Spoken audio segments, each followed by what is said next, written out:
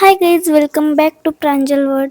आणि आता मायांबानंतर आम्ही जाणार आहे मढीला, आणि मायांबाचा व्हिडिओ तुम्ही नक्की पाहाल. तर हे पहा, मढीला जायचा रस्ता पण असा घाटच होता, म्हणजे इकडे तिकडे असं झिगझॅग होतं.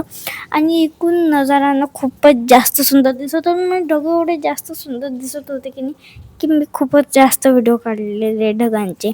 आणि मग ते पहा, तिकडे आहे मढी. आणि मढीला जायच्या रस्त्याने एवढे जास्त दुकान आहे की खूप म्हणजे खूपच जास्त दुकाने. खायचे आहे, खेळण्यांचे आहे, पेढे हे ते खूप जास्त आहे. म्हणजे मायांबालाही तोड नव्हते. आणि मग नंतर हे काही जास्त वरती नव्हतं, म्हणून मग काही पाय दुखले नाही.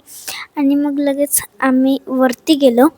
आणि वरती गेल्यावर पाहिलं तर एकदम सुंदर दिसतंय.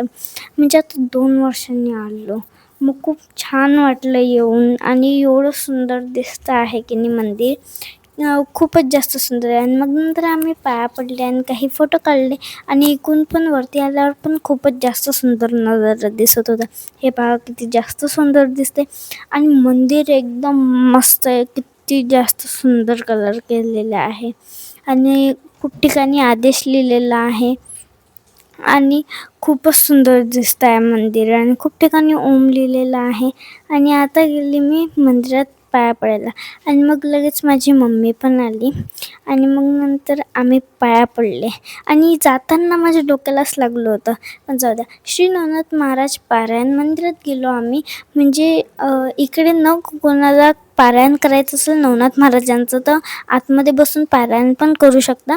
आणि इकडे नवनाथ होते, नवनाथांच्या मूर्त्या होत्या, आणि त्याचे पण आम्ही पाया पडले. आणि नंतर आम्ही गेलो हत्तीजवळ.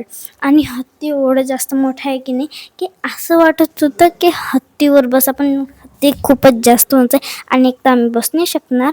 हे आता लॉक केलेलं नाही, तर अगोदरनं हे उघडं तर आम्ही याच्यावर जात होतो आणि हत्तीचे गोल गोल फिरून खेळत होतो. आणि हे पहा, जवळून किती जास्त सुंदर दिसते. आणि हत्तीवर बसायचं मला खूपच जास्त मन करत होतं, पण मी काही बसली नाही हत्तीवर. आणि खूपच जास्त मोठी आहे हत्ती. आणि मग नंतर इकडे ना फोटो काढण्यासाठी खूप जास्त लंबी लाईन लागलेली होती, म्हणून मग आम्ही पण लगेच फोटो काढून घेतले. हे पहा, फोटो पण खूप छान आले. आणि हे हत्तीच्या कानातून, म्हणजे गुरु जालिंदरनाथ यांनी कानिफनाथांना हत्तीच्या कानातून काढलं होतं.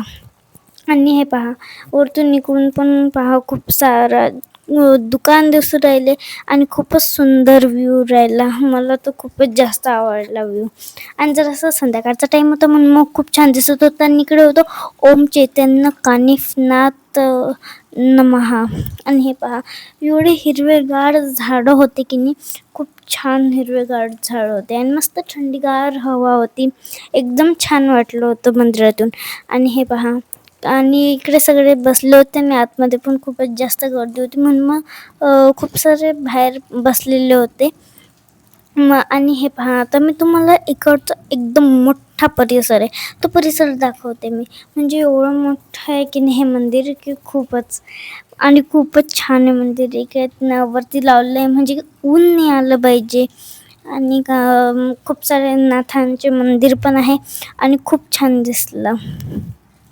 आणि जर का तुम्ही इकडे ना पावसाळ्यात आले तर एवढा सुंदर व्ह्यू दिसेल छान हिरवेगार झाडं आणि खूप छान व्ह्यू दिसतो. आणि इकडे आहे आदेशचा अर्थ, म्हणजे आदेश या शब्दाचा काय अर्थ आहे ते तुम्ही नक्की पाहसाल.